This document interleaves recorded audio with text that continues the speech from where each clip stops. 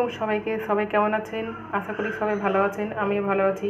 ছোটো বাচ্চা খিচুড়ি বানার জন্য রেসিপি দেখেন। প্রথমে কিছু কিছু করে পেঁয়াজ কেটে নিয়েছি, গোবিন্দভোগ চাল, মুসুর ডাল, মুগ ডাল আর 4 রকম সবজি, আলু, গাজর, বিনস আর পালং শাক।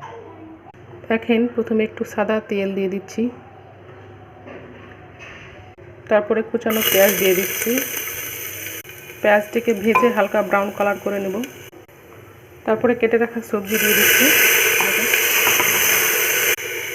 একটু নাড়া দিচ্ছি,